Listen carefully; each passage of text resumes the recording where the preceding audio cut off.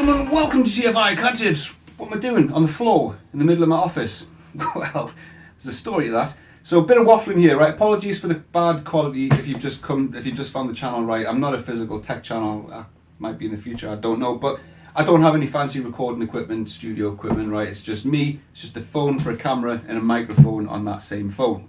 There's nothing hanging from the ceiling out like that, so we're just gonna have to make do with what we've got. Right, the challenge that I've set, right, the story behind this. I've been doing a lot of benchmarking with CAD software recently, right, and I've seen some really interesting results. So I decided to set myself a challenge. Can I build a PC from scratch? I can't build a PC from scratch, there's more to it than that. Can I build one that costs approximately in the region of 400 English quid, about $600? Can I build a PC for $600 that will either keep up with, or even better, beat in 3D CAD world, a PC that costs 10 times more, or in excess of 10 times more? So on a budget of £400 or $600, can I build a PC that will be an absolute giant slayer? I don't know. I really don't know. So I've just bit the bullet, went and bought a load of components for 400 quid. We're going to build it and we're going to see how it performs. Right, so I'm just going to take you through what I've bought and explain the reasons why. You can jump to the results if you want to, or you can sit and watch us do this. It's up to you. I'm not going to do a full system build, right? There's plenty of channels out there which showing people sticking RAM slots into motherboards and that. You probably don't need to see that. So the decisions I've had to make, right, the first off, the biggest decision which sort of set the tone for the rest of the build was what form factor is the PC going to be. And to try and keep costs as low as possible, I went for micro ATX. So I'm not going for a full tower build, this is a micro ATX. And the case that I went for, another interesting choice, there's cheaper out there, right? This was 40 quid. It's the Thermaltake Core V21 Cube case. It's modular, right? It's an interesting looking case, right? It's a good looking case. But you can buy cases for much cheaper. And the type of case that you go for will not affect the performance of your build. Even if it's a superior unit for cooling, it does not affect performance. So I've paid 40 quid for this. You can pay 10 quid for this and knock this down to a $550 build, right? You can cut costs on the case without affecting performance. But the reason I went for this one is because after the video's done, I've got to sit and look at this damn thing in the office. So I want it to look half decent. So I went for a pretty good looking case, but it's still pretty cheap. And that cost is factored into the 400 quid, right? So out of the 400 quid, the case came to about 45 quid-ish, right? About that sort of region. Okay, the rest of the components. All right, this is the... I'll start with the motherboard, right? The motherboard obviously is micro ATX. So we've went for the Asus or Asus H81M Plus micro ATX board.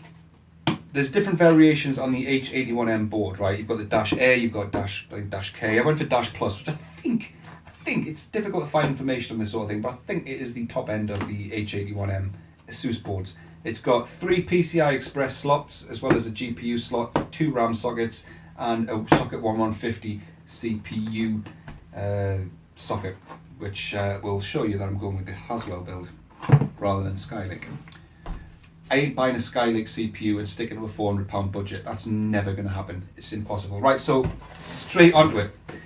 This could be the winning card in my deck, or it could be the Achilles heel that ruins it all. The processor that I went for is the Intel Pentium G3258 dual core CPU. So I'm not going with i3, i5 or i7. I'm going with a £50 Intel Pentium G3258. It's only a dual core. It doesn't even have hyper-threading, so I've only got 2 cores to play with here. But there is science behind it and logic. The reason I went with that is because this CPU is a lethal beast when it comes to overclocking. You can overclock this to ridiculous proportions. With Inventor being not entirely, but mostly dependent on clock speed, this CPU could be a winner. Anything that's multi-threaded, drawn views, rendering, FEA, other bits and pieces with Inventor is becoming more and more multi-threaded based, it's going to struggle. But we're not trying to build a PC here that you're going to stick into a big engineering office and do some serious work with. This is for very small time use. So we'll see how that goes. Okay, right, the next thing. Oh my god, right, this could be the biggest mistake I've ever made, or it could be an absolute genius decision. For the first time in my life, I've bought an AMD graphics card. Now this was a conscious decision. I paid more for this than I could have bought an Nvidia GeForce card for. The card I've went for is the R9 380 2 gig model. Right, the R9 380 it's sort of mid-range in the AMD gaming range. It's around about, website dependent, time dependent, it was around about 30 to 40 quid more for this than it was for the entry-level GeForce 950. This is more powerful than the GeForce 950, so in my eyes it was worth spending that little bit extra to get a better graphics card. Could bite me on the ass, I don't know. AMD aren't the best with driver support for especially 3D CAD applications. Their gaming cards just not tested at all on 3D applications, but with Inventor being DirectX based, it doesn't matter that much these days, but we could see some unreliability, some instability with these kind of cards. We're just going to have to see how it goes. But I'd rather pay the bit extra for this than cheap out on a 950, because a 950 isn't that powerful. So I don't want any bottlenecks from the video card. What I might see, if you were using this in production, it's only got 2 gig of onboard video RAM. Inventor is going to gobble up 2 gigabytes of video RAM pretty quickly if you're working on large stuff. But we're going to have to see how that goes with the benchmarks that we do. Hard drive, right. We went for it's obviously going to have to be a solid state drive. Went for a mid-range 240 gig Crucial BX 200 2.5 inch solid state drive. It's SATA 3 based, so it's sort of run of the mill solid state drive, right? It's not going to bottleneck anything. Inventor doesn't really write the disk fast enough to max this thing out. So 240 gig. I could have cheaped out. I could have saved about 30 quid and went for a 128 gig solid state drive. But in my view, 128 gigs like a primary drive and the only drive in the system isn't going to be enough. 240 gig is, right? That PC in the background there, that has Windows 10, Inventor, AutoCAD, Maya, Max. It's got loads of different Autodesk software on there, as well as games. It's got all sorts on. I'm using 100 gig. So 240 gigs more than enough. RAM, right, another interesting choice. That motherboard, the H81M Plus motherboard, has 2 RAM slots. So I'm quite restricted as to how much RAM I can put in there. So I've made the decision to buy a one module of 8 gig RAM, and it's DDR3 1600 megahertz Crucial Ballistics Sport RAM. That's going to fill 1 RAM socket. It's going to give me 8 gig of RAM. Now in the future, you can spend an extra 30 quid and put 16 gig in. 8 gig for production work day to day isn't going to be enough, but for benchmark testing it should be, and it shouldn't be a bottleneck. So in the future I can spend an extra 30 quid, upgrade to 16 gig of RAM. Right, finally, the power supply unit. Now you might think power supply unit doesn't really matter. It actually does matter. We're buying this on a budget. If you were to buy the budgetest of budget, bollocks, rubbish, wank, shit power supply units, they can thermal throttle themselves at certain temperatures. So if your PC hits a certain temperature, maybe it's 30 degrees, the power supply unit will start to withdraw and restrict how much power it pushes through to the rest of the PC. Also, you want reliability. Don't cheap out on your power supply unit. If your power supply unit goes pop, you've had it. So I went for a Cooler Master G550M. This is a bronze rated power supply unit. It's not the best. I mean, I've got a Corsair AX760i in that PC back there, which is platinum, and that's one of the best power supply units in the market. It's not the most powerful, but it's top tier. This one isn't. It's bronze, but it'll do the job. And it's also semi-modular as well, which means my PC isn't going to look a mess. I can keep it tidy. And that was about 50 quid. So out of 400 quid, that was about 50 quid of it. Could have cheaped out on that. You could cheap out, you can buy power supply units for about 20 quid, 25 quid. But you need to be careful of the wattage as well. I don't know how much wattage this is going to consume. I shouldn't use more than 550 watts, so I think that should be sufficient to power all of this. But in the background there, I don't know if you can see it on camera, but I've got an AMD W9100 card. I was planning on putting that in here. Don't think it's going to manage it on a 550 watt power supply unit, but the more powerful of a power supply unit you put in, the price goes up. So that's pretty much it, right? The other things that I bought, which I haven't factored into the cost because you don't need them, I bought a really cheap keyboard for 8 quid, just buttons and a bit of plastic. No bells and whistles, but it's not exactly ugly. And I've also bought some LEDs, 10 quid, make it look nice. But those are completely optional and they're not factored into the 400 quid. The rest of this came to say ballpark around about £400, $600.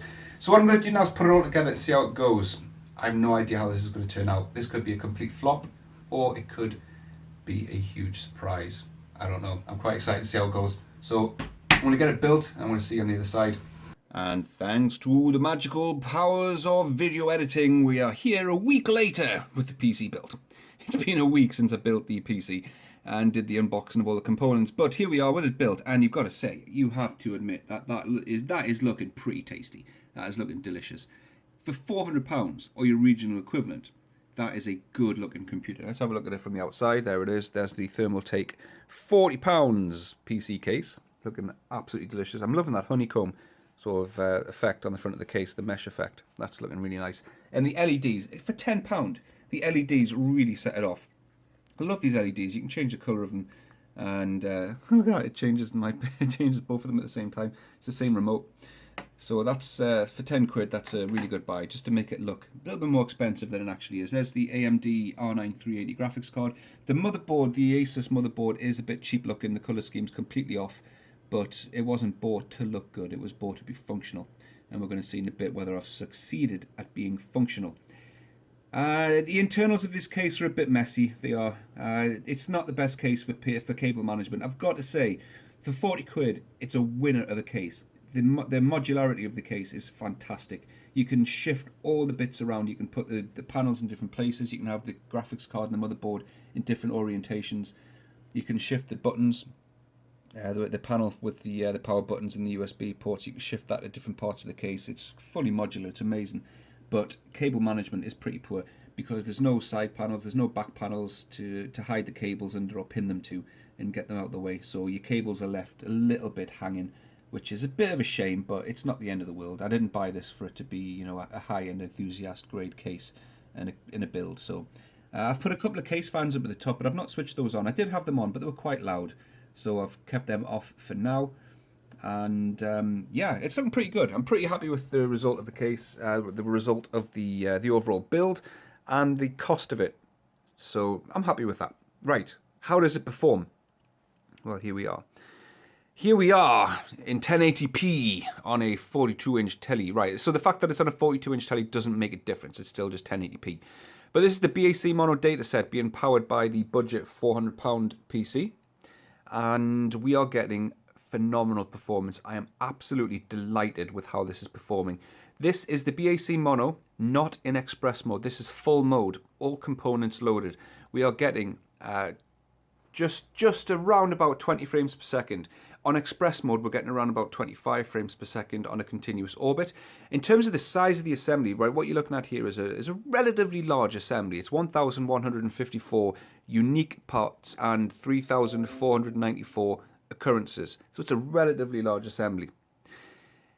In terms of the stats, MSI Afterburner up at the top is reporting all the stats. Now the graphics card RAM, so the VRAM, we're using nearly a gig of VRAM. So that's 908 megabytes of video card RAM. The reason I'm mentioning that is there's still a lot of people out there with old video cards, like Quadro FX cards, which have less than a gig of video RAM. And if you're using if you've got a gig of video RAM or less these days, and you're running a modern version of Inventor and a modern version of Windows, you could be in for a bad time, because all I've got open here is Inventor and one assembly. I've got nothing else open of note, and I'm using nearly a gig of video RAM. So you need to keep an eye on that, because a lot of the problems you're having might be down to your graphics card just running out of VRAM.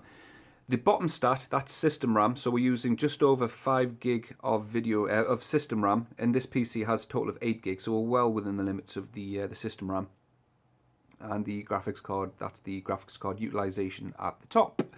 So I'm happy with that. I'm happy with the performance. We've got a continuous orbit here of the car. We're not seeing any graphical dropout. None of the components are being dropped.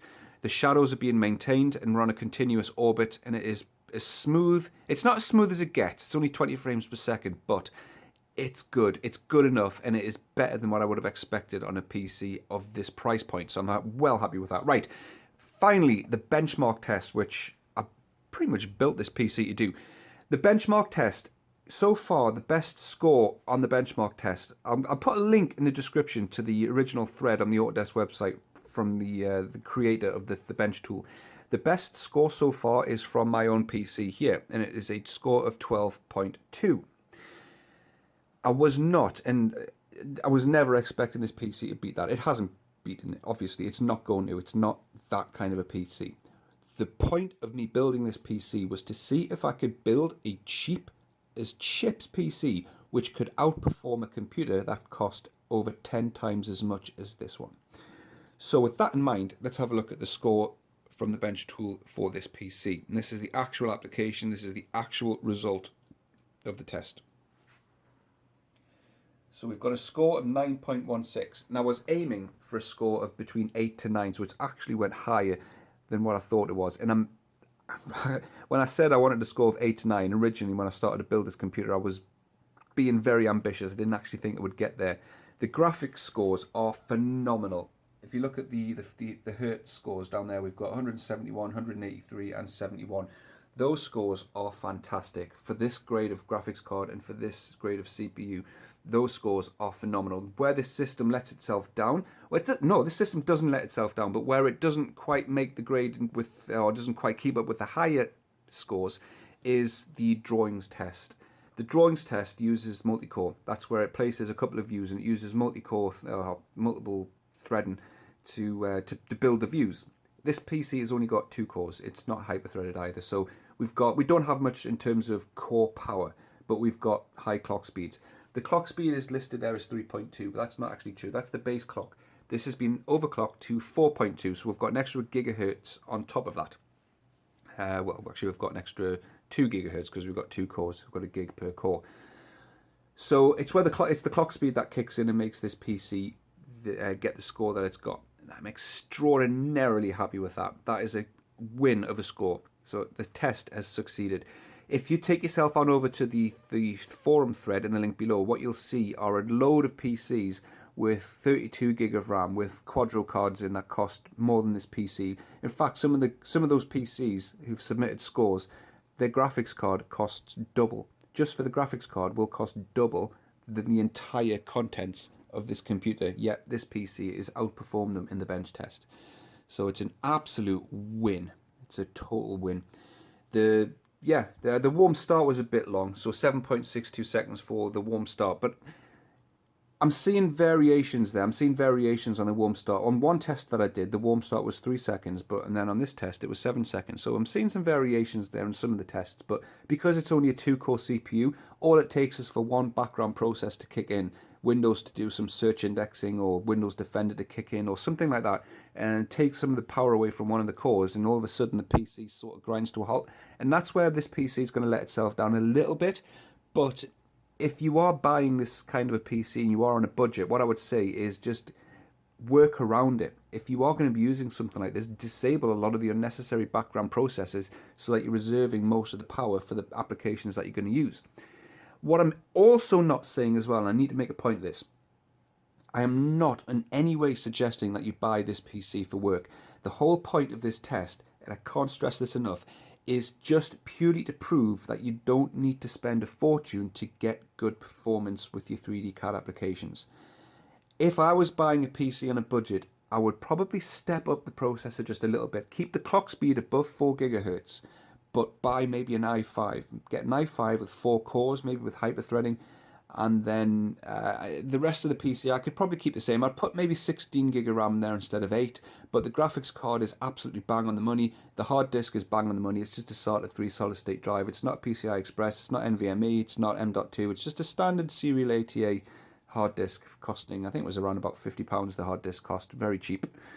Like I said, the whole PC in its entirety, case and all the components, came to £400, which is around 550 euros or 570 US dollars. It's a really good deal, and the performance has exceeded anything that I could have possibly imagined. So that's pretty much it. The test has succeeded. I'm not going to list off all the results from other PCs. What I'll just do instead is I'll show you the link in the description, and then you can go on over to the forum, create yourself an account on the forum, and submit your scores. Test your PC, download this bench tool, test your PC to see what kind of score you get. Look at the cost of your PC, look at the components in your PC, and then compare it to this PC here. Don't forget, this PC was built specifically knowing exactly what Inventor needed to perform to the best of its ability. High clock speeds, good video card, good hard disk. The rest of the components can be relatively bought on a budget. as long as you've got the right specs in there. You don't need to spend top dollar to get good performance. So with that in mind, thank you very much. And if you found this useful or interesting, do press like, put a comment down below, let us know what you think, and I'll see you in the next video. Toodles.